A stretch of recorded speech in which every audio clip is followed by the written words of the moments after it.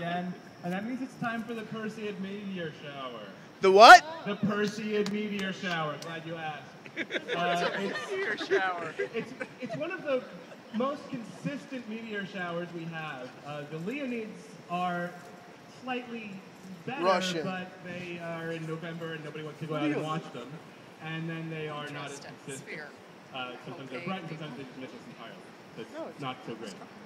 But the Perseids are very reliable and they peak around August 12th.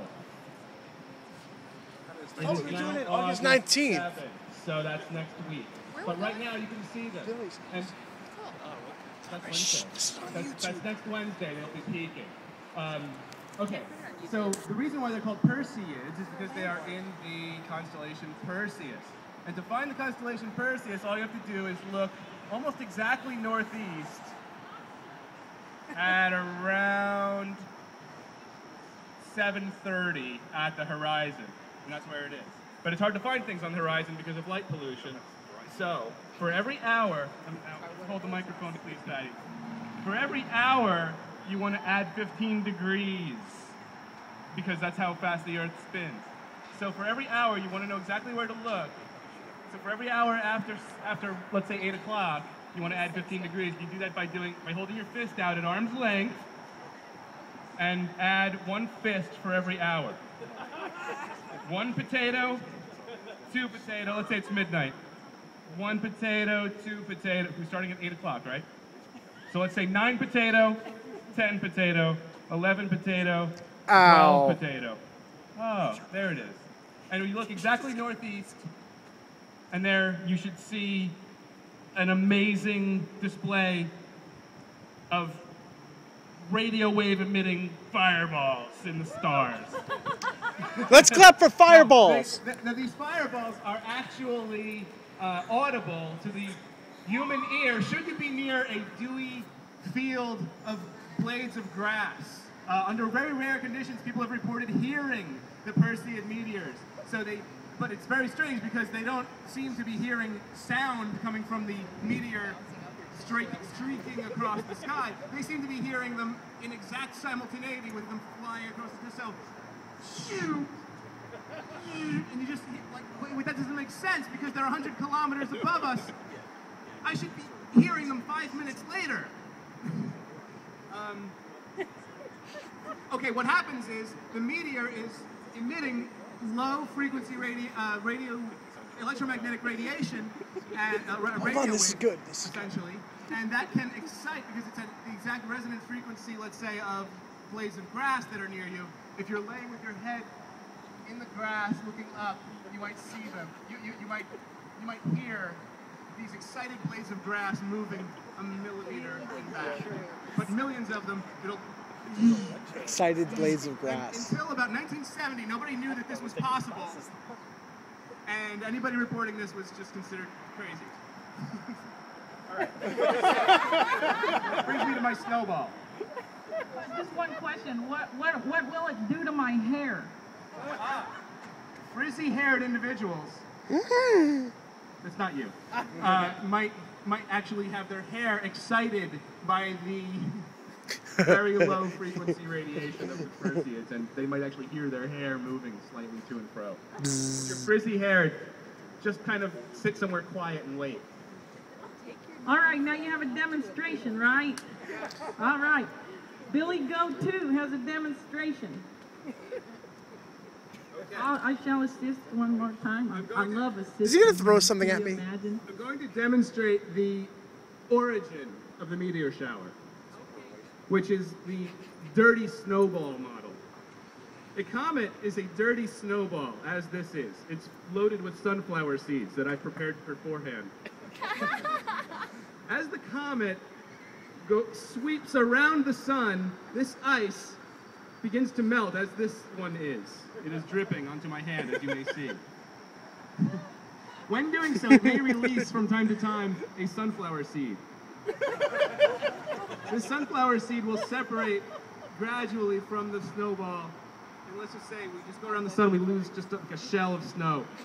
Now all of these things will float kind of together with the snow but at a very, very, very slightly different speed because they may be further out or further in. So over 1,000 years or so, that slight change in speed really adds up, and so you have a snowball that's leaving a complete dust trail across its entire orbit. If you can imagine such a thing. And the orbital period of this comet, the Swift-Tuttle comet, which is one of the main suspects in the eventual demolition of the planet Earth, by the way.